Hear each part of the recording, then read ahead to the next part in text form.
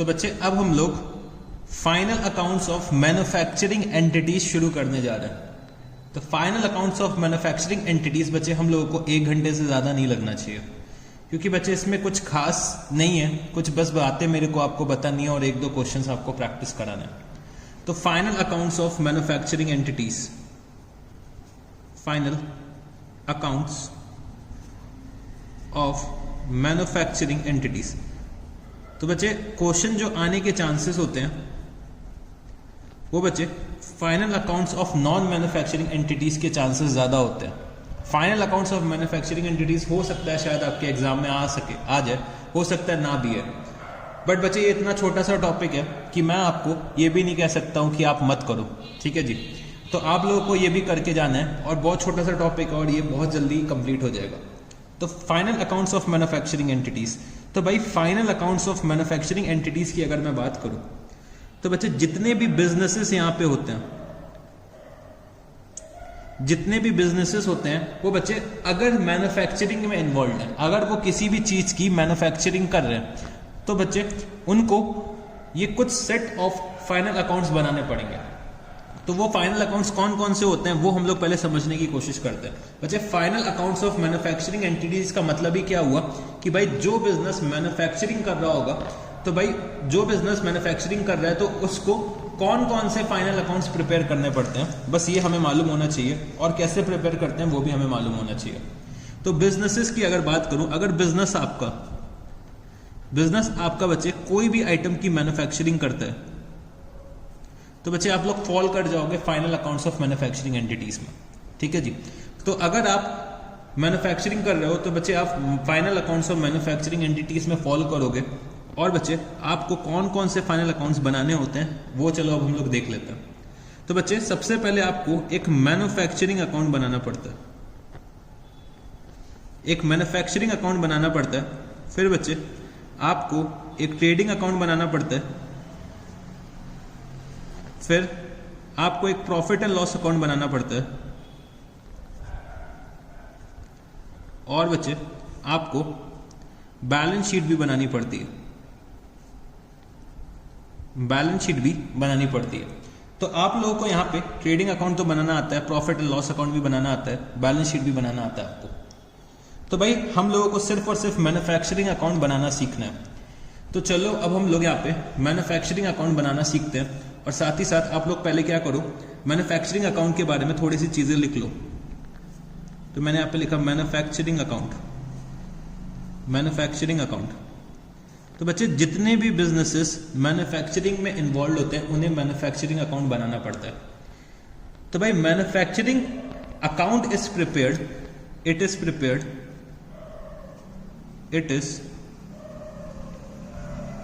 by business enterprise,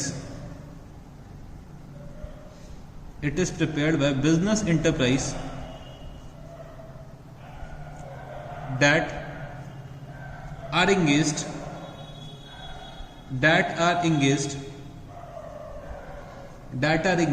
in manufacturing activities, in manufacturing activities।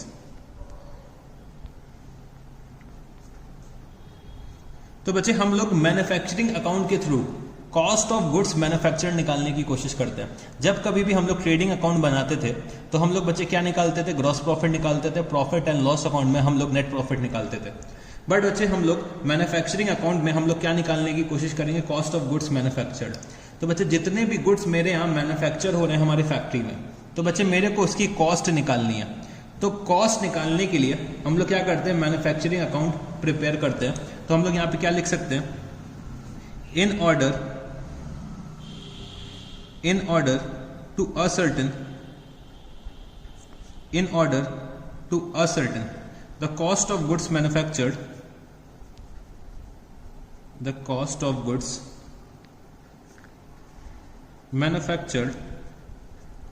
in order to ascertain cost of goods manufactured, the manufacturing account is prepared. The manufacturing account is prepared the manufacturing account is prepared. In order to ascertain the cost of goods manufactured, the manufacturing account is prepared. तो बच्चे जब कभी भी हम लोग manufacturing account बनाएंगे तो हमें क्या असर्टेन करना होता है, कॉस्ट ऑफ गुड्स मैन्युफैक्चर्ड. तो कॉस्ट ऑफ गुड्स मैन्युफैक्चर्ड निकालने के लिए मेरे को डायरेक्ट एक्सपेंसेस भी कंसिडर करने पड़ते हैं, इनडायरेक्ट एक्सपेंसेस भी कंसिडर करने पड़ते हैं, जो भी हमारे मैन्युफैक्चरिंग के प्रोसेस से रिलेटेड है.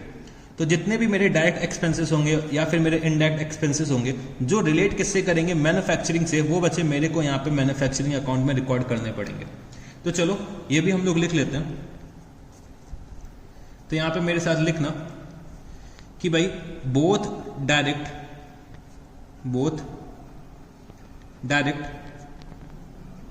And indirect expenses, both direct and indirect expenses relating to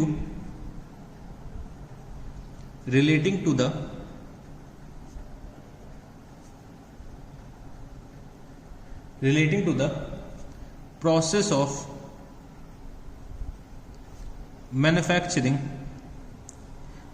process of manufacturing are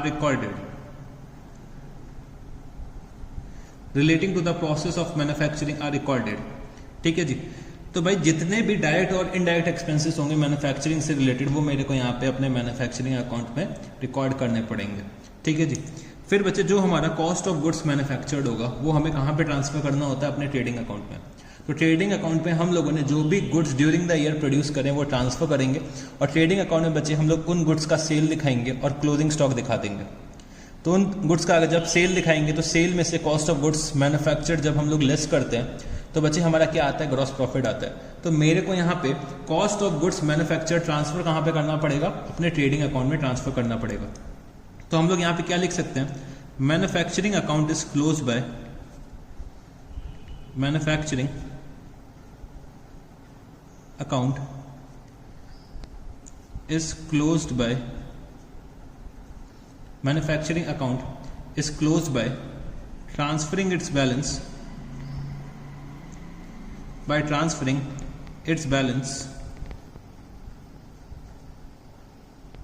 to the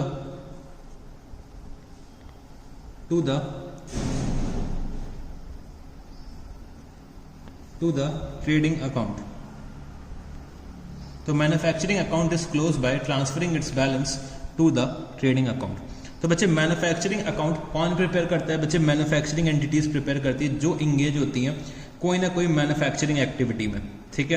तो मैन्युफैक्चरिंग अकाउंट हम लोग प्रिपेयर करते हैं cost of goods manufactured ascertain करने के लिए, और बच्चे जितने भी डायरेक्ट एक्सपेंसेस होंगे या फिर इनडायरेक्ट एक्सपेंसेस होंगे मैन्युफैक्चरिंग से रिलेटेड वो हमें कहाँ पे ट्रांसफर करने पड़ेंगे, मैन्युफैक्चरिंग अकाउंट में. और जो भी मैन्युफैक्चरिंग अकाउंट का जो भी रिजल्ट निकल के आएगा वो बच्चे हमें कहाँ पे ट्रांसफर करना पड़ता है, अपने ट्रेडिंग अकाउंट में. तो ये तो बच्चे बातें हो गई मैन्युफैक्चरिंग अकाउंट की. ठीक है जी. मैन्युफैक्चरिंग अकाउंट की ये कुछ बातें हो गई. तो अब हमें सीखना है कि भाई हमें मैन्युफैक्चरिंग कॉस्ट कैसे निकालनी होगी.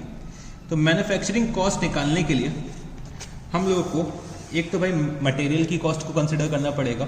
जब बच्चे हम लोग मैन्युफैक्चरिंग में इन्वॉल्व हैं तो मेरा क्या होगा, मटेरियल भी तो कुछ ना कुछ इन्वॉल्व होगा, कुछ ना कुछ वेजेस इन्वॉल्व होंगी, मतलब कुछ ना कुछ लेबर इन्वॉल्व होगा और कुछ ना कुछ एक्सपेंसेस इन्वॉल्व होंगे.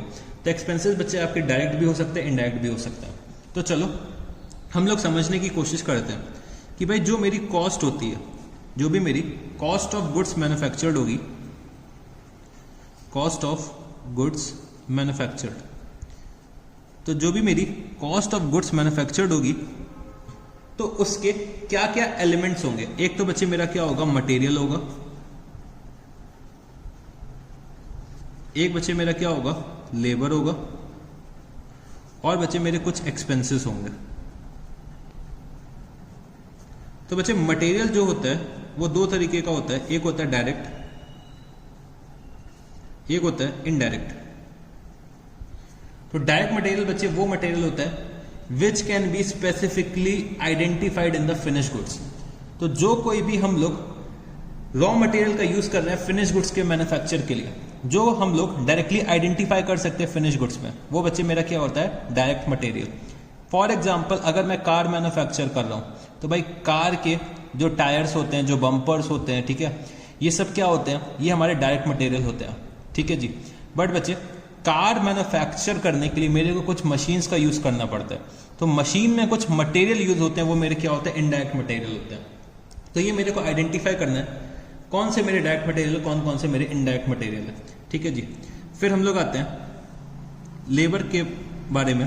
तो लेबर भी बच्चे मेरे दो तरीके के होते हैं, एक होते हैं डायरेक्ट, एक होते हैं इनडायरेक्ट। तो अगर मैं डायरेक्ट लेबर की बात करूं तो बच्चे जो लोग गुड्स मैन्युफैक्चर करने के लिए इन्वॉल्व होते हैं, मतलब जो लोग डायरेक्टली गुड्स को प्रोड्यूस करने के लिए इन्वॉल्व होते हैं, उनको हम लोग बोलते हैं अपने डायरेक्ट लेबर।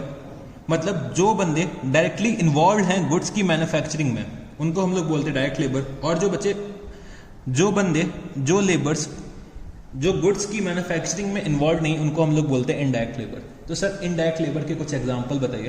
तो बच्चे जो भी हमारे यहाँ फोरमैन होता है, जो हमारी फैक्ट्री का गेट है, यहाँ पे एक चौकीदार बैठा रहता है, वो बच्चे मैन्युफैक्चरिंग में थोड़ी ना इन्वॉल्व है, वो मेरा क्या है, इनडायरेक्ट लेबर है। वो बच्चे मेरी फैक्ट्री का तो पार्ट है, बट बच्चे वो मैन्युफैक्चरिंग थोड़ी ना कर रहा है, वो क्या कर रहा है, अपनी पहरेदारी कर रहा है, वो अपने गेट पे बैठा है, चौकीदार है, तो लोगों पे जो लोग आ रहे हैं जो लोग जा रहे हैं उन पे निगरानी रख रहा है। तो ये मेरा क्या है, इनडायरेक्ट लेबर है। तो लेबर भी मेरे दो तरीके के होते हैं, एक होता है डायरेक्ट जो हमारे डायरेक्टली मैन्युफैक्चरिंग में इन्वॉल्व है, इनडायरेक्ट लेबर जो हमारे मैन्युफैक्चरिंग में इन्वॉल्व नहीं है। फिर हम लोग आते हैं एक्सपेंसेस में। एक्सपेंसेस भी दो तरीके के होते हैं, एक होता है डायरेक्ट, एक होता है इनडायरेक्ट। तो डायरेक्ट एक्सपेंसेस बच्चे वो एक्सपेंसेस होते हैं जो हमारे डायरेक्टली मैन्युफैक्चरिंग से रिलेटेड होते हैं। फॉर एग्जाम्पल हमने गुड्स प्रोड्यूस करने के लिए एक प्लांट एंड मशीनरी परचेज करी है, ठीक है, स्पेसिफिकली परचेज तो नहीं करी, हायर पे ले रखी है। हायर पे मैंने क्या करा, एक प्लांट एंड मशीनरी ले रखी है जिससे कि मैं गुड्स मैन्युफैक्चर कर सकूं। तो भाई मैंने रेंट पे ले रखी है, तो ये मेरा क्या डायरेक्ट एक्सपेंस है, और बच्चे ये हम लोग अपने कॉस्ट ऑफ गुड्स मैन्युफैक्चर का पार्ट बना लेंगे। ठीक है जी। फिर अगर मैं डायरेक्ट की और बातें करूं तो डायरेक्ट एक्सपेंसेस जो हम लोग रॉयल्टी का एक्सपेंस इनकर करते हैं, मैंने क्या करा, किसी से कोई एक लाइसेंस परचेज करा या टेक्नोलॉजी परचेज करी जिससे कि मैं गुड्स प्रोड्यूस कर सकूं, उसको मैं क्या बोलता हूं, रॉयल्टी। तो रॉयल्टी हम लोग बच्चे पे करते हैं जिससे कि हम लोग गुड्स प्रोड्यूस करने के लिए लाइसेंस ऑब्टेन कर सके, टेक्नोलॉजी ऑब्टेन कर सके, तो उसको हम लोग बोलते हैं रॉयल्टी। तो ये मेरा क्या होता है, डायरेक्ट एक्सपेंसेस होते हैं। इनडायरेक्ट एक्सपेंसेस की अगर मैं बात करूं तो इनडायरेक्ट एक्सपेंसेस बच्चे मेरे वो एक्सपेंसेस होते हैं जो डायरेक्टली मैन्युफैक्चरिंग में इन्वॉल्व नहीं है। तो बच्चे इनडायरेक्ट एक्सपेंसेस में हम लोग जो डेप्रिसिएशन चार्ज करते हैं ऑन प्लांट एंड मशीनरी, जो भी हम लोग प्लांट एंड मशीनरी यूज कर रहे हैं for the purpose of production, तो उस पर हम लोग जो डेप्रिसिएशन चार्ज करेंगे वो बच्चे हमारा इनडायरेक्ट एक्सपेंसेस का पार्ट बन जाएगा।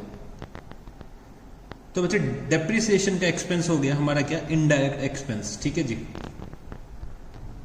फिर बच्चे हम लोग जो ट्रेनिंग प्रोवाइड करते हैं अपने लेबरर्स को for the purpose of production, तो भाई जब वो लोग मशीन में काम करेंगे तो पहले हमें उन्हें मशीन चलाना तो सिखाना पड़ेगा। तो जो भी हम लोग ट्रेनिंग वगैरह प्रोवाइड करते हैं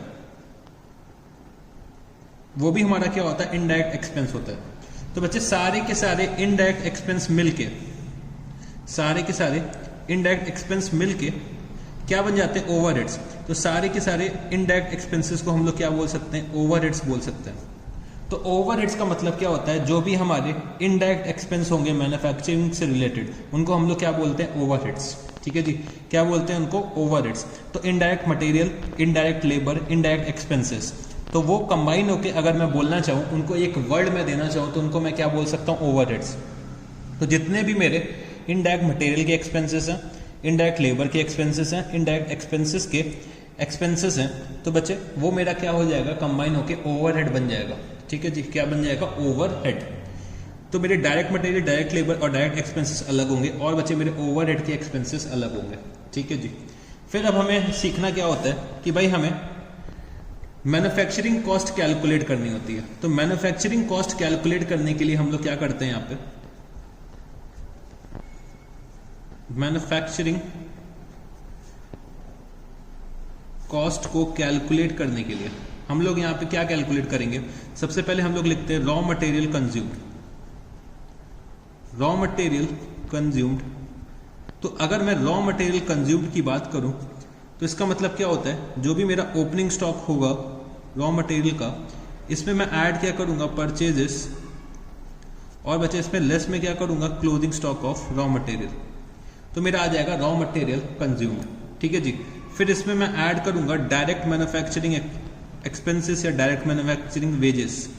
तो मेरे को अपने जो भी मैन्युफैक्चरिंग वेजेस पे करने पड़े हैं वो बच्चे मैं यहाँ पे ऐड करूंगा। तो मतलब डायरेक्ट लेबर का जो एक्सपेंस होगा वो मैं यहाँ पे ऐड करूंगा। फिर बच्चे मेरी जो डायरेक्ट मैन्युफैक्चरिंग एक्सपेंसेस की कॉस्ट होगी तो मैं यहाँ पे लिखूंगा डायरेक्ट मैन्युफैक्चरिंग एक्सपेंसेस, तो वो भी मेरे को यहाँ पे ऐड करने पड़ेंगे। फिर और जो मेरे डायरेक्ट मैन्युफैक्चरिंग कॉस्ट होगी, जो भी मेरी अदर मैन्युफैक्चरिंग कॉस्ट रह जाएगी वो भी मेरे को ऐड करनी पड़ेगी। तो अदर मैन्युफैक्चरिंग कॉस्ट मेरे को ऐड करनी पड़ेगी। प्लस बच्चे इनडायरेक्ट जो एक्सपेंसेस होंगे, इनडायरेक्ट एक्सपेंसेस या फिर मैं बोल सकता हूँ ओवरहेड कॉस्ट होगी मैन्युफैक्चरिंग से रिलेटेड। जितने भी एक्सपेंसेस होने चाहिए वो बच्चे मैन्युफैक्चरिंग से रिलेटेड होने चाहिए, तो वो भी मैं यहाँ पे ऐड करूंगा।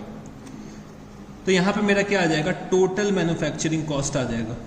टोटल मैन्युफैक्चरिंग कॉस्ट मेरा यहाँ पे निकल के आएगा। यहाँ पे क्या आ जाएगा मेरा, टोटल मैन्युफैक्चरिंग कॉस्ट। ठीक है जी। तो चलो अब हम लोग देखते हैं कि भाई मैन्युफैक्चरिंग अकाउंट जो हमें बनाना होता है उसका फॉर्मेट क्या होता है। पहले हम लोग फॉर्मेट समझ लेते हैं, फिर बच्चे हम लोग क्या करेंगे, इसके क्वेश्चन सॉल्व करने की कोशिश करते हैं। तो आ जाओ मेरे साथ, आप लोग मैन्युफैक्चरिंग अकाउंट का एक फॉर्मेट यहाँ पे ड्रॉ करो। मैन्युफैक्चरिंग अकाउंट,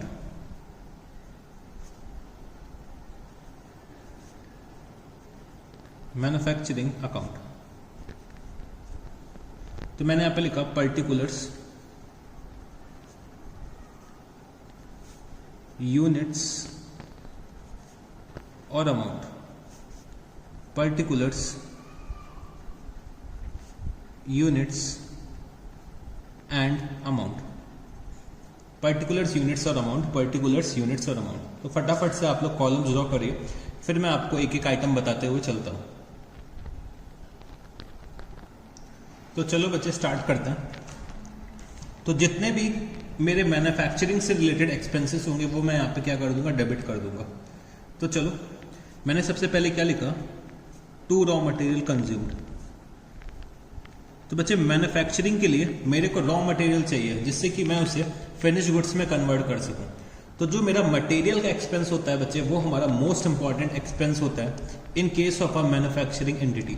तो मैंने यहाँ पे क्या लिखा, to raw material consumed, to raw material consumed. तो वो हम लोग कैसे निकालेंगे, यहाँ पे लिखेंगे ओपनिंग इन्वेंट्री, ओपनिंग इन्वेंट्री। इसमें मैं ऐड क्या करूंगा, purchases, opening inventory plus purchases, और इसमें से मैं लेस क्या कर दूंगा, क्लोजिंग इन्वेंट्री। तो मेरा आ जाएगा रॉ मटेरियल कंज्यूम्ड। तो मैंने यहाँ पे लिखा opening inventory plus purchases minus closing inventory. तो मेरा यहाँ पे क्या आ जाएगा, मेरा आ जाएगा रॉ मटेरियल कंज्यूम्ड। ठीक है जी। और मैं एक्सपेंस यहाँ पे लिख दूंगा। फिर बच्चे हम लोगों को गुड्स प्रोड्यूस करने के लिए वेजेस इनकर करनी पड़ती हैं। तो मैंने यहाँ पे लिखा to direct wages, to direct wages. फिर बच्चे कुछ डायरेक्ट एक्सपेंसेस इनकर करने पड़ते हैं। तो टू डायरेक्ट एक्सपेंसेस, तो डायरेक्ट एक्सपेंसेस जैसे मैंने आपको बताया था, hire of plant and machinery, या फिर रॉयल्टी का अगर एक्सपेंस हम लोग पे कर रहे हैं तो वो भी मेरा क्या है, डायरेक्ट एक्सपेंस है। फिर बच्चे हम लोगों ने यहां पे लिखा to indirect expenses, to indirect expenses. तो इनडायरेक्ट एक्सपेंसेस की अगर मैं बात करता हूं तो जैसे रिपेयर्स एंड मेंटेनेंस का खर्चा हो गया,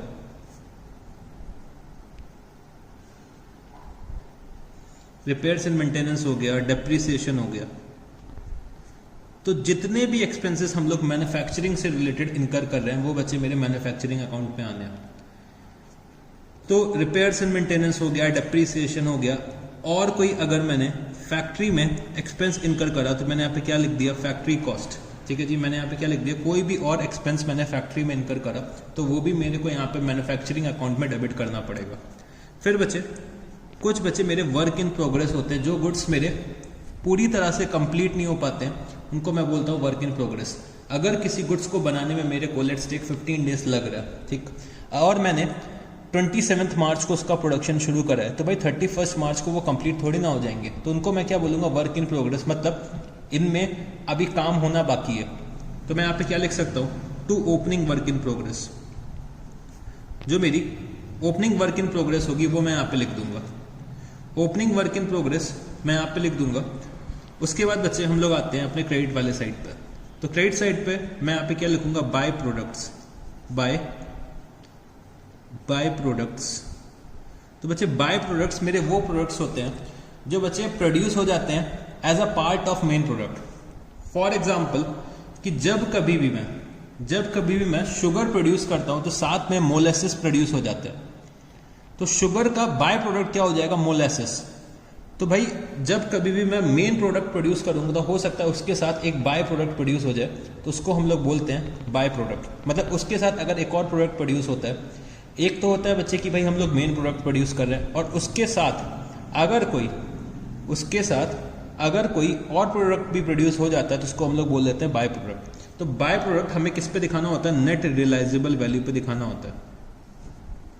नेट रियलाइजेबल वैल्यू पे मेरे को बाय प्रोडक्ट को दिखाना पड़ता है। तो मैंने यहाँ पे क्या लिखा, by product net realisable value. फिर बच्चे हमें यहाँ पे लिखना पड़ता है by closing work in progress. तो यहाँ पे हम लोग लिखते हैं ओपनिंग वर्क इन प्रोग्रेस और यहाँ पे क्या लिखते हैं, क्लोजिंग वर्क इन प्रोग्रेस। फिर बच्चे जो मेरा बैलेंसिंग फिगर आएगा वो मैं कहाँ पे ट्रांसफर कर दूंगा, ट्रेडिंग अकाउंट में। मतलब ये मेरी क्या हो जाएगी, cost of goods manufactured, cost of goods manufactured. तो कॉस्ट ऑफ गुड्स मैन्युफैक्चर्ड मेरे को कहाँ पे ट्रांसफर करना पड़ता है, ट्रेडिंग अकाउंट में। तो बच्चे ये हमारा मैन्युफैक्चरिंग अकाउंट का फॉर्मेट होता है। तो मेरे को जितने भी एक्सपेंसेस मालूम है मैन्युफैक्चरिंग से रिलेटेड, चाहे वो डायरेक्ट एक्सपेंसेस हो चाहे वो इनडायरेक्ट एक्सपेंसेस हो, मेरे को मैन्युफैक्चरिंग अकाउंट में डेबिट करना है। और क्रेडिट बच्चे मेरे को क्या क्या करना है, एक तो बाय प्रोडक्ट्स जो अगर हम लोग सेल करते हैं तो उसका नेट रियलाइजेबल वैल्यू क्या है वो हमें यहाँ पे लिखना होगा, क्लोजिंग वर्क इन प्रोग्रेस लिखना होगा। और जो भी बैलेंसिंग फिगर आएगा, मतलब डेबिट के टोटल में से अगर मैं क्रेडिट का टोटल लेस करता हूँ तो जो भी बैलेंसिंग फिगर आएगा वो बच्चे हम लोग ट्रेडिंग अकाउंट में ट्रांसफर कर देंगे, ट्रेडिंग अकाउंट में ट्रांसफर कर देंगे as a cost of goods manufactured. तो ये बच्चे हमारा मैन्युफैक्चरिंग अकाउंट का फॉर्मेट होता है। तो बच्चे आप लोग आ जाइए क्वेश्चन नंबर 1 पे। क्या दे रखा हुआ है, 1 lakh units were produced in a factory, per unit material cost was ₹10 and per unit labour cost was ₹5।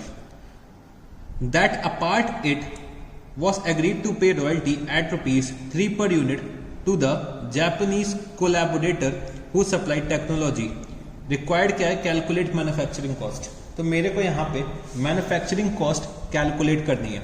तो चलो फटाफट से हम लोग मैन्युफैक्चरिंग कॉस्ट कैलकुलेट करते हैं। तो मैंने यहाँ पे लिखा क्वेश्चन नंबर 1। तो क्वेश्चन नंबर 1 में ये दे रखा है कि मेरे को मैन्युफैक्चरिंग कॉस्ट कैलकुलेट करनी है और मेरे को मटेरियल कॉस्ट बता दी है, लेबर कॉस्ट बता दी है और रॉयल्टी का जो एक्सपेंस है वो भी मेरे को बता दिया। तो चलो हम लोग यहाँ पे मैन्युफैक्चरिंग कॉस्ट को कैलकुलेट करते हैं। तो मैंने यहाँ पे लिखा calculation of manufacturing cost, calculation of manufacturing cost. तो सबसे पहले मैंने यहाँ पे क्या लिखा, रॉ मटेरियल कंज्यूम्ड। तो यहाँ पे मेरे को ना ही ओपनिंग इन्वेंट्री बताइए ना ही क्लोजिंग इन्वेंट्री बताइए, तो डायरेक्टली जो भी परचेजेस होगा वो बच्चे मैं क्या बोल दूंगा, रॉ मटेरियल कंज्यूम्ड। तो रॉ मटेरियल कंज्यूम्ड मेरा यहाँ पे कितना निकल के आएगा, 1 लाख यूनिट्स। तो 1 लाख यूनिट्स हैं बच्चे मेरे पास और उसकी कॉस्ट कितनी है, 10 रुपीज। तो रॉ मटेरियल कंज्यूम्ड की कॉस्ट कितनी आ जाएगी, 10 lakh rupees. 10 lakh rupees raw material consumed की कॉस्ट आ जाएगी। फिर दे रखा है लेबर कॉस्ट। तो मैंने यहाँ पे लिखा डायरेक्ट वेजेस। तो 1 लाख यूनिट्स मैंने प्रोड्यूस करे और बचे लेबर कॉस्ट है 5 पर यूनिट। तो ये कितना हो जाएगा, 5 लाख रुपीज। फिर दे रखा हुआ है रॉयल्टी। तो रॉयल्टी बच्चे मेरा क्या हो गया, डायरेक्ट एक्सपेंस हो गया। तो मैंने यहाँ पे लिखा डायरेक्ट एक्सपेंस रॉयल्टी कितना, 1 लाख यूनिट्स पे मैंने 3 रुपीज पर यूनिट की रॉयल्टी पे करी है। तो ये कितना हो जाएगा, 3 लाख रुपीज। तो टोटल कितना हो जाएगा ये, 18 लाख रुपीज। तो तो मैन्युफैक्चरिंग कॉस्ट मेरी यहाँ पे कितनी आ जाएगी 18 लाख रुपीस। तो मैंने यहाँ पे लिखा मैन्युफैक्चरिंग कॉस्ट, तो मैन्युफैक्चरिंग कॉस्ट मेरी कितनी निकल के आई 18 लाख रुपीस। तो यहाँ पे बच्चे हम लोगों ने क्वेश्चन नंबर 1 कंप्लीट कर लिया। तो अब हम लोग चलते हैं क्वेश्चन नंबर 3 पे। तो क्या दे रखा हुआ है, mister Pankaj runs a factory who produces motor spares of export quality. The following details were obtained about his manufacturing expenses for the year ended on 31 March 2016। तो मेरे को वर्क इन प्रोग्रेस दे रखा हुआ है opening ₹3,90,000, closing ₹5,07,000, raw material purchases दे रखा है ₹12,10,000, opening दे रखा है ₹3,02,000। फिर बच्चे क्लोजिंग मेरे को दे रखा है ₹3,10,000, रिटर्न मेरे को दे रखा है ₹18,000, इनडायरेक्ट मटेरियल मेरे को दे रखा है ₹16,000, वेजेस मेरे को डायरेक्ट दे रखी है ₹2,10,000, इनडायरेक्ट वेजेस मेरे को दे रखी है ₹48,000, रॉयल्टी ऑन प्रोडक्शन ₹1,30,000। फिर बच्चे repairs and maintenance ₹2,30,000, depreciation on factory shed ₹40,000, depreciation on plant and machinery ₹60,000, by product at selling price ₹20,000। You are required to prepare a manufacturing account of mister Pankaj for the year ended 31 March 2016। तो मेरे को यहाँ पे एक manufacturing account prepare करना है in the books of mister Pankaj. तो चलो बच्चे हम लोग मैन्युफैक्चरिंग अकाउंट प्रिपेयर करते हैं। तो मेरे साथ यहाँ पे लिखना question number 3 in the books of mister Pankaj, in the books of mister Pankaj manufacturing account.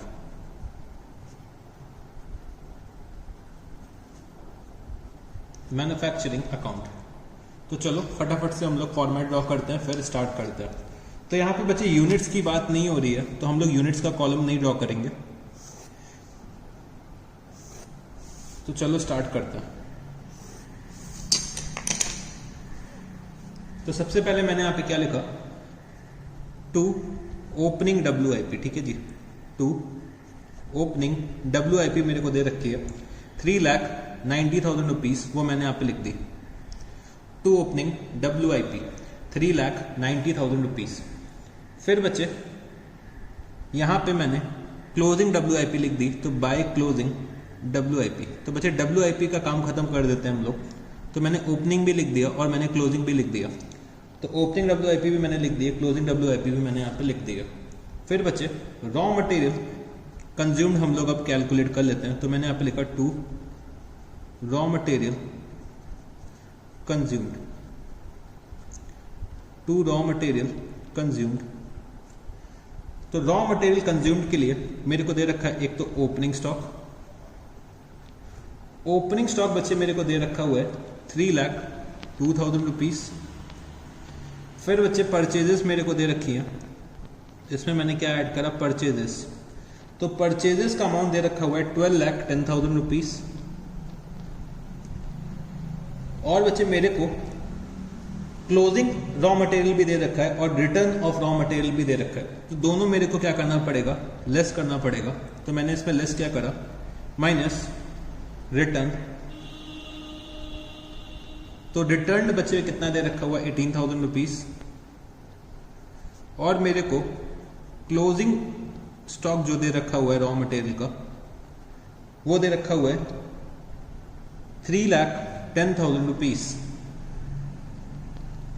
तो मेरा रॉ मटेरियल कंज्यूम यहाँ पे कितना निकल के आएगा, तो 3,02,000 प्लस 12,10,000 माइनस 18,000 माइनस 3,10,000 तो ये आ जाएगा 11,84,000 11,84,000 तो ये मेरा क्या आ गया, रॉ मटेरियल कंज्यूम्ड। फिर बच्चे मेरे को वेजेस के बारे में दे रखा है, तो मैंने यहाँ पे क्या लिखा, to direct wages, to direct wages. तो डायरेक्ट वेजेस का अमाउंट मेरे को दे रखा हुआ है 2,10,000 तो वो भी मैंने यहाँ पे लिख दिया।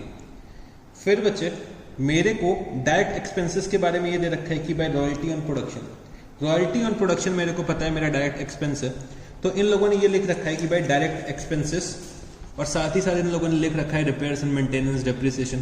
तो बच्चे मेरे को ये पता है कि ये मेरे डायरेक्ट एक्सपेंसेस नहीं होते हैं, ये मेरे कौन से एक्सपेंसेस होते हैं, इनडायरेक्ट एक्सपेंसेस होते हैं। बट बच्चे इन लोगों ने लिख रखा है कि ये डायरेक्ट एक्सपेंसेस हैं हमारे, बट एक्चुअली में ये हमारे कौन से एक्सपेंसेस हैं, ये हमारे इनडायरेक्ट एक्सपेंसेस हैं। तो ये बच्चे हमारे इनडायरेक्ट एक्सपेंसेस हैं, तो इसको हम अपने डायरेक्ट एक्सपेंसेस का पार्ट तो नहीं बना सकते। तो मैंने यहाँ पे क्या लिखा, to direct expenses, royalty on production, royalty on production. तो रॉयल्टी ऑन प्रोडक्शन मेरे को दे रखा हुआ है 1,30,000 रुपीज, 1,30,000 रुपीज। तो रॉयल्टी ऑन प्रोडक्शन भी मैंने यहाँ पे लिख दिया। अब जितने भी बचे मेरे एक्सपेंसेस रह गए वो बचे मेरे इनडायरेक्ट एक्सपेंसेस हैं। तो मैंने यहाँ पे लिखा टू मैन्युफैक्चरिंग ओवरहेड्स। तो मैन्युफैक्चरिंग के जो भी इनडायरेक्ट एक्सपेंसेस हैं वो मेरे को यहाँ पे लिखने हैं। तो टू मैन्युफैक्चरिंग ओवरहेड। तो मेरे को मैन्युफैक्चरिंग ओवरहेड्स क्या क्या दे रखे हुए हैं, तो सबसे पहले मेरे को एक इनडायरेक्ट मटेरियल दे रखा हुआ है 16,000 रुपीज का, वो मैंने यहाँ पे लिखा इनडायरेक्ट मटेरियल 16,000 रुपीज। फिर मेरे को दे रखा हुआ है repairs and maintenance, repairs and maintenance. तो ये मेरे को दे रखा है 2,30,000 रुपीज। फिर दे रखा है बच्चे depreciation on factory shade, depreciation on factory shade. तो डेप्रीसिएशन ऑन फैक्ट्री शेड कितना होता है, 40,000 रुपीज दे रखा है, तो वो भी मैंने यहाँ पे लिख दिया। और बच्चे depreciation on plant and machinery. तो depreciation on plant and machinery. तो depreciation on plant and machinery मेरे को दे रखा है 60,000 रुपीज, तो वो भी मैंने यहाँ पे लिख दिया। ठीक है जी। तो मैंने अपने सारे के सारे direct as well as indirect expenses यहाँ पे लिख दिए हैं। अब मेरे को यहाँ पे क्या क्या लिखना है, तो यहाँ पे मैंने सबसे पहले लिखा बाय प्रोडक्ट्स। तो बाय प्रोडक्ट्स का सेलिंग प्राइस मेरे को दे रखा हुआ है 20,000 रुपीज, तो वो भी मैंने यहाँ पे लिख दिया। 20,000 रुपीज का मेरे को बाय प्रोडक्ट्स का सेलिंग प्राइस दे रखा है, तो वो मैंने यहाँ पे लिख दिया। और बच्चे जो भी मेरा यहाँ पे अब बैलेंसिंग फिगर निकल के आएगा वो मेरे को कहाँ पे ट्रांसफर करना होता है, वो मेरे को ट्रेडिंग अकाउंट में ट्रांसफर करना होता है। तो मैंने यहाँ पे लिखा by trading account cost of goods manufactured, cost of goods manufactured. तो मैंने क्या करा, अपने डेबिट साइड का टोटल करा और उसमें से मैंने 5,07,000 और 20,000 रुपीज लेस करा। तो चलो पहले हम लोग डेबिट का टोटल करते हैं। तो डेबिट का टोटल कितना आएगा, फटाफट से आप लोग मेरे को कैलकुलेट करके बताइए। तो बच्चे यहाँ पे मैंने इनडायरेक्ट वेजेस के बारे में नहीं लिखा है, तो इनडायरेक्ट वेजेस भी आप लोग लिख लीजिए 48,000 रुपीज। ठीक है, इनडायरेक्ट वेजेस में लिखना भूल गया था। तो इनडायरेक्ट मटेरियल के बाद आप लोग लिख लीजिए इनडायरेक्ट वेजेस 48,000 रुपीज। तो अगर मैं टोटल करता हूँ डेबिट साइड का, तो ये कितना हो जाएगा 23,08,000 रुपीज, 23,08,000 रुपीज। तो ये मेरा डेबिट का टोटल आ गया। इसमें से अगर मैं लेस करता हूँ 5,27,000 रुपीज, तो ये आ जाएगा 17,81,000 रुपीज, 17,81,000 रुपीज। तो भाई हम लोगों ने जो गुड्स मैन्युफैक्चर करें उसकी कॉस्ट कितनी निकल के आ रही है, 17,81,000 रुपीज। तो मैंने यहाँ पे लिखा 23,08,000 रुपीज। ठीक है जी। तो ये बच्चे हमारा मैन्युफैक्चरिंग अकाउंट बन के तैयार हो चुका है। तो यहाँ पे हम लोगों ने क्वेश्चन नंबर 3 भी कंप्लीट करा है। तो बच्चे हम लोगों ने क्या करा, सबसे पहले हम लोगों ने ओपनिंग WIP लिखा, फिर रॉ मटेरियल कंज्यूम्ड कैलकुलेट करा, फिर हम लोगों ने अपने डायरेक्ट एक्सपेंसेस में मतलब डायरेक्ट वेजेस लिखे, डायरेक्ट एक्सपेंसेस लिखे, फिर हम लोगों ने इनडायरेक्ट एक्सपेंसेस आइडेंटिफाई करेंगे कि भाई कौन कौन से इनडायरेक्ट एक्सपेंसेस मेरे को मैन्युफैक्चरिंग से रिलेटेड दे रखे हुए हैं। तो मैंने यहाँ पे लिस्ट करा indirect material, indirect wages, repairs on plant and machinery, और बचे डेप्रीसिएशन ऑन फैक्ट्री शेड और depreciation on plant and machinery. फिर बचे हम लोगों ने क्रेडिट साइड पे क्लोजिंग WIP बाय प्रोडक्ट्स के बारे में लिखा और जो भी मेरा रिमेनिंग बैलेंस बचेगा। जो भी मेरा बैलेंसिंग फिगर निकल के आएगा वो मेरा क्या हो जाएगा, ट्रेडिंग अकाउंट में बच्चे हम लोग उसको ट्रांसफर कर देंगे as a cost of goods manufactured. मैं उसको ट्रेडिंग अकाउंट में ट्रांसफर कर दूंगा as a cost of goods manufactured. तो क्वेश्चन नंबर 3 हम लोगों ने यहाँ पे कंप्लीट कर लिया है। तो अब हम लोग चलो चलते हैं क्वेश्चन नंबर 4 पे। तो क्वेश्चन नंबर 4 में मेरे को क्या दे रखा हुआ है, following are the manufacturing account, creditors account, trading account provided by miss Shivi related to 2016-17। There are certain figures missing from these accounts. तो मेरे को क्या क्या दे रखा है, रॉ मटेरियल अकाउंट। तो रॉ मटेरियल अकाउंट का ओपनिंग स्टॉक दे रखा हुआ है और बच्चे क्रेडिटर्स का कुछ बैलेंस नहीं दे रखा, मटेरियल कंज्यूम का भी कुछ बैलेंस नहीं दे रखा, क्लोथिंग स्टॉक का भी कुछ बैलेंस नहीं दे रखा है। तो ये सब मेरे को क्या करना है, ये सब मेरे को कैलकुलेट करना है यहाँ पे। फिर मेरे को यहाँ पे एक क्रेडिटर्स का अकाउंट दे रखा है। तो क्रेडिटर्स के अकाउंट में बच्चे मेरे को 2 बैंक लिखा है, ओपनिंग बैलेंस दे रखा है, क्लोजिंग बैलेंस दे रखा है। तो बच्चे यहाँ पे जो मेरा बैलेंसिंग फिगर निकल के आएगा वो क्या होगा बच्चे, वो हो जाएगा क्रेडिट परचेस। तो क्रेडिट परचेस तो हम लोग यहाँ से निकाल लेंगे। फिर दे रखा है मैन्युफैक्चरिंग अकाउंट। तो मैन्युफैक्चरिंग अकाउंट अगर आप लोग देखते हो तो मेरे को रॉ मटेरियल कंज्यूम की वैल्यू नहीं दे रखी है, बट मेरे को वेजेस के बारे में बता रखा है, डेप्रिसिएशन के बारे में बता रखा है, डायरेक्ट एक्सपेंसेस के बारे में बता रखा है, और कितने गुड्स हमने मैन्युफैक्चर करे उनकी कॉस्ट क्या थी वो भी मेरे को बता रखा है। और कुछ हम लोगों को एडिशनल इन्फॉर्मेशन भी प्रोवाइड करी गई है। तो क्या दे रखा है, purchase of machinery worth ₹10 lakh has been omitted. तो हम लोगों ने 10 लाख की एक मशीनरी परचेज करी होगी जो बच्चे अभी तक हम लोगों ने बुक्स ऑफ अकाउंट्स में अकाउंट फॉर नहीं करी, रिकॉर्ड नहीं करी है। तो machinery are chargeable at a depreciation rate of 10%। तो मेरे को मशीनरी पे 10% डेप्रिसिएशन चार्ज करना है। Wages include the following, paid to factory workers 3 lakh rupees, paid to labour at office ₹50,000। फिर मेरे को दे रखा है direct expenses include the following, तो electricity charges of ₹80,000 of which 30% pertain to office, fuel charges of ₹20,000, freight inward ₹35,000, delivery charges to customer ₹20,000. You are required to prepare revised manufacturing account and raw material account. तो मेरे को यहाँ पे manufacturing account बनाना है और साथ ही साथ एक रॉ मटेरियल का अकाउंट भी बना के दिखाना है। अब बच्चे हम लोगों ने ये चीजें सीखी थी कि भाई मैन्युफैक्चरिंग अकाउंट में वही एक्सपेंसेस आएंगे जो मैन्युफैक्चरिंग से रिलेटेड है, चाहे वो मेरे डायरेक्ट एक्सपेंसेस हो चाहे वो मेरे इनडायरेक्ट एक्सपेंसेस हो। तो यहाँ पे वेजेस में बचे ₹50,000 शामिल है जो हम लोगों ने ऑफिस के लेबर को पे करा, तो वो मेरा मैन्युफैक्चरिंग अकाउंट में नहीं आ सकता, तो इसको मेरे को क्या करना पड़ेगा, लेस करना पड़ेगा। फिर बचे इलेक्ट्रिसिटी चार्जेस में 30% परटेन टू ऑफिस, मतलब 30% एक्सपेंस मेरा ऑफिस से रिलेटेड है, तो वो भी मेरे को यहाँ पे लेस करना पड़ेगा। फ्यूल चार्जेस बच्चे फैक्ट्री से रिलेटेड होते हैं। फ्रेट इनवर्ड भी बच्चे मेरा क्या होता है, डायरेक्ट एक्सपेंस होता है, मैन्युफैक्चरिंग से रिलेटेड, मतलब परचेज से रिलेटेड। फिर डिलीवरी चार्जेस बच्चे मेरा सेल से रिलेटेड होता है, ये मैन्युफैक्चरिंग से रिलेटेड नहीं होता, तो ये भी मेरे को लेस करना पड़ेगा। तो ये सब आइटम्स का मेरे को एडजस्टमेंट करना पड़ेगा और मेरे को यहाँ पे मैन्युफैक्चरिंग अकाउंट बनाना है और साथ ही साथ रॉ मटेरियल अकाउंट बनाना है।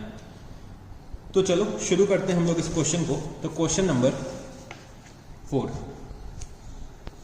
नंबर 4 मेरे को एक रॉ मटेरियल अकाउंट बनाना है, रॉ मटेरियल अकाउंट, और साथ ही साथ एक मेरे को मैन्युफैक्चरिंग अकाउंट बनाना है, manufacturing account, raw material account and manufacturing account. और जो बाकी बातें हम लोग करेंगे वो हम लोग कहाँ पे करेंगे, हम लोग बाकी बातें अपने वर्किंग नोट्स पे करेंगे। तो चलो शुरू करते हैं। तो मेरे को रॉ मटेरियल अकाउंट के बारे में कुछ इंफॉर्मेशन दे रखी है। मेरे को ये बता रखा है कि ओपनिंग स्टॉक रॉ मटेरियल का कितना है, तो मैंने यहाँ पे लिखा 2 ओपनिंग स्टॉक। तो ओपनिंग स्टॉक मैंने यहाँ पे लिखा 1 लाख रुपीस। रॉ मटेरियल मैंने कितना कंज्यूम करा है या फिर मैंने क्रेडिटर से कितना परचेज कर रखा है, ये अभी तक मेरे को बताया नहीं, तो यहाँ पे मैंने कुछ नहीं लिखा। फिर बच्चे हम लोगों ने रॉ मटेरियल कंज्यूम कितना कर रखा है ये भी मेरे को नहीं बताया, तो मैंने यहाँ पे अभी ऐसे ब्लैंक छोड़ दिया। फिर बच्चे क्लोथिंग स्टॉक है, तो क्लोथिंग स्टॉक के बारे में मेरे को अभी तक नहीं बता रखा है, तो वो भी मैंने यहाँ पे ब्लैंक छोड़ दिया। ठीक है जी। फिर हम लोग अगर मैन्युफैक्चरिंग अकाउंट में आते हैं, तो बच्चे मैन्युफैक्चरिंग अकाउंट में जो फिगर्स दे रखी हुई हैं उन सबको मेरे को रिवाइज करना पड़ेगा, क्योंकि उन सबसे रिलेटेड मेरे को यहाँ पे एडजस्टमेंट्स दे रखी हैं, तो ये सारे के सारे अमाउंट चेंज हो जाएंगे। ये सारे के सारे अमाउंट्स चेंज हो जाएंगे। तो अभी हम लोग मैन्युफैक्चरिंग अकाउंट के लिए सबका इंडिविजुअल कैलकुलेशन करेंगे।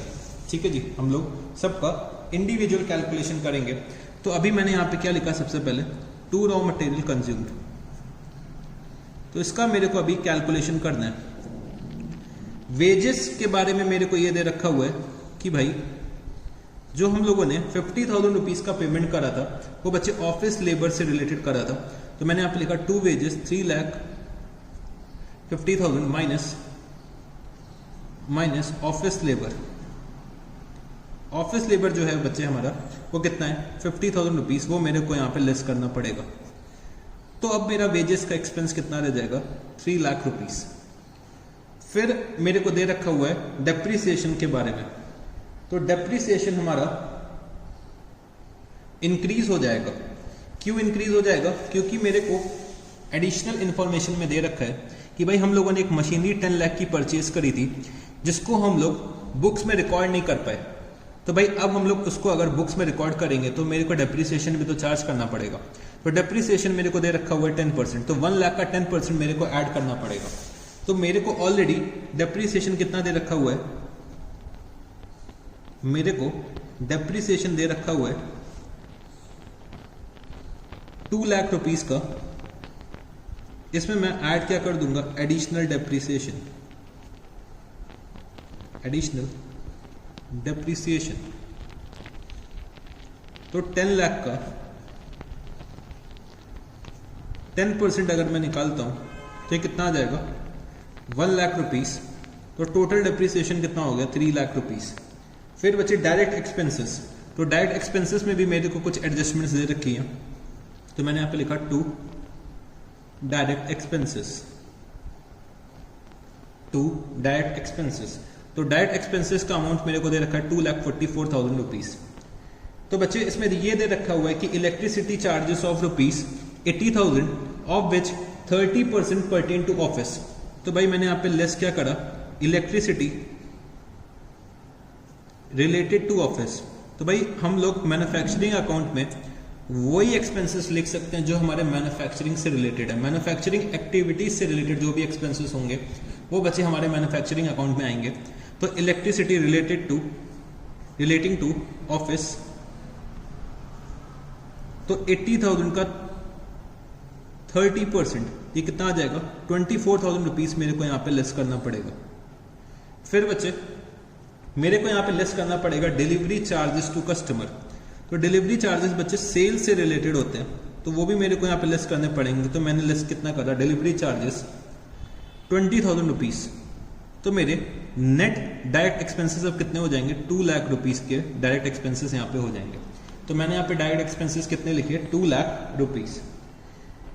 तो मैंने यहाँ पे वेजेस के बारे में लिख लिया, डेप्रिसिएशन के बारे में लिख लिया, डायरेक्ट एक्सपेंसेस के बारे में लिख लिया। तो बच्चे जब हमारी वेजेस चेंज हो जाएंगी, डेप्रिसिएशन चेंज हो जाएगा, डायरेक्ट एक्सपेंसेस चेंज हो जाएंगे, तो भाई यहाँ पे जो हम लोगों ने ट्रेडिंग अकाउंट में cost of goods manufacture transfer करा था वो भी तो चेंज हो जाएगा।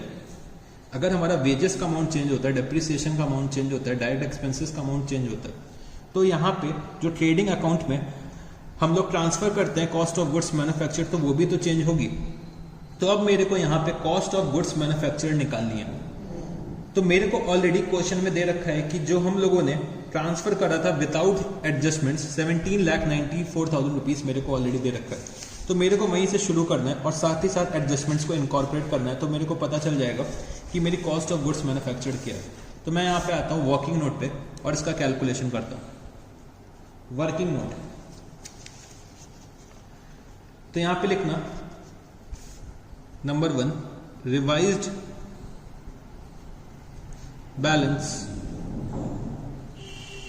Balance to be transfer to trading account, to be transfer to trading account. Revised balance to be transfer to trading account. तो करंटली हम लोगों ने कितना ट्रांसफर करा है, करंट बैलेंस ट्रांसफर्ड, तो हम लोगों ने अभी 17,94,000 रुपीज ट्रांसफर कर रखा है। अब इसमें मेरे को एडजस्टमेंट्स को इनकॉर्पोरेट करना है, तो इसमें मैं ऐड क्या करूंगा, तो भाई डेप्रीसिएशन अगर मैं चार्ज करता हूं तो डेप्रीसिएशन से बच्चे कॉस्ट इंक्रीज होगी, तो हमने ऐड करा डेप्रीसिएशन को, तो depreciation charges not recorded earlier, तो depreciation charges not recorded earlier 1 lakh rupees, तो एडिशनल डेप्रिसिएशन जो मैंने कैलकुलेट करा वो मैं यहाँ पे ऐड कर दूंगा। और बच्चे लेस में क्या करूंगा, एक तो बच्चे हम लोग वेजेस लेस कर देंगे, तो वेजेस रिलेटेड टू ऑफिस,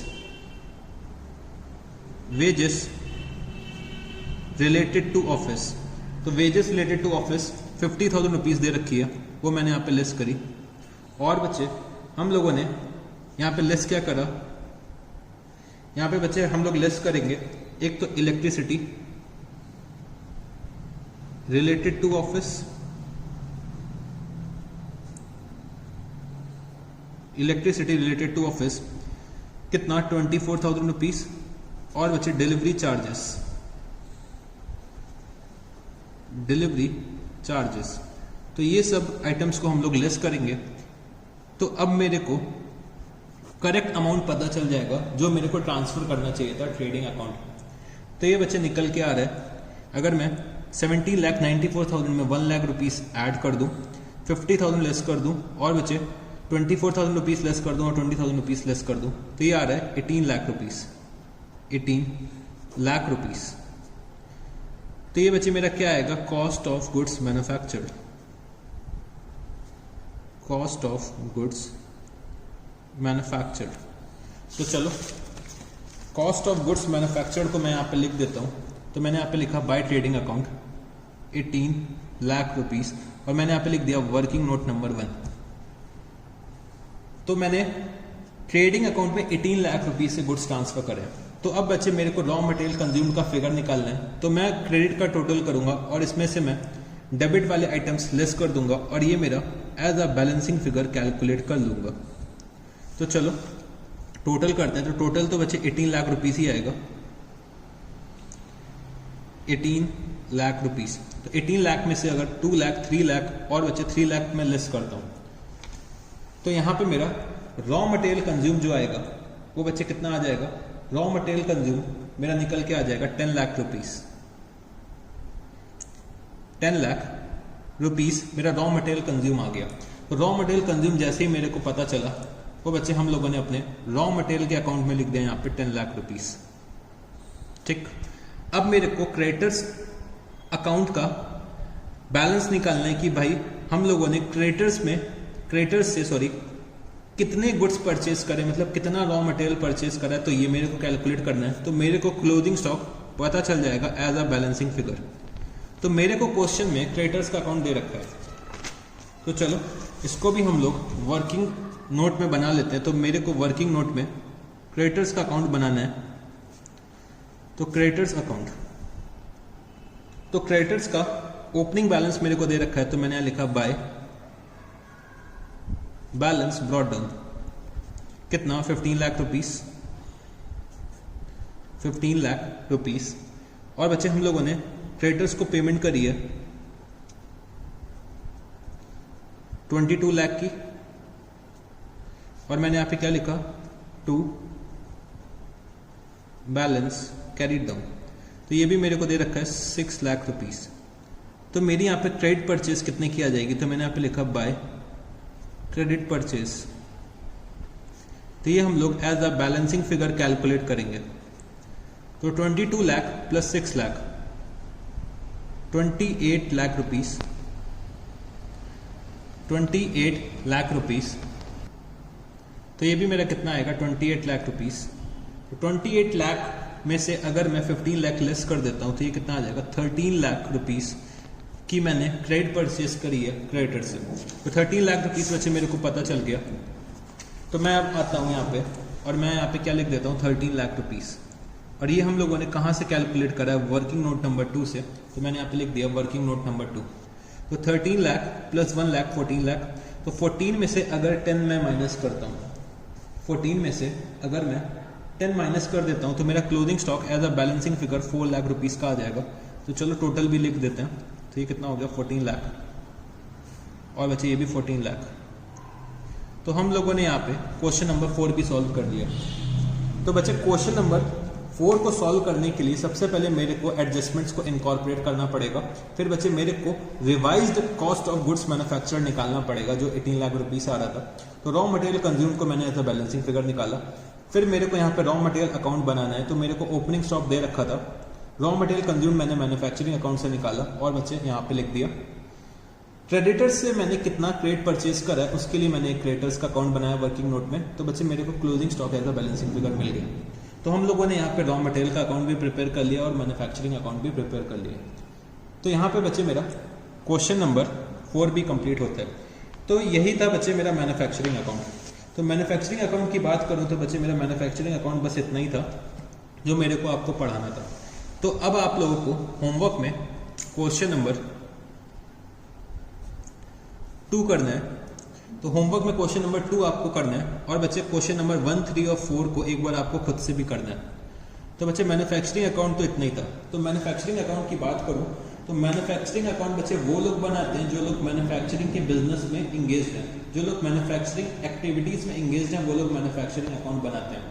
तो हम लोग मैन्युफैक्चरिंग अकाउंट के through cost of goods manufacture निकालने की कोशिश करते हैं। और बच्चे हम लोग मैन्युफैक्चरिंग अकाउंट में सारे के सारे डायरेक्ट एक्सपेंसेस और सारे के सारे इनडायरेक्ट एक्सपेंसेस जो भी मैन्युफैक्चरिंग से रिलेटेड है वो हम लोग यहाँ पे मैन्युफैक्चरिंग अकाउंट में लिखते हैं।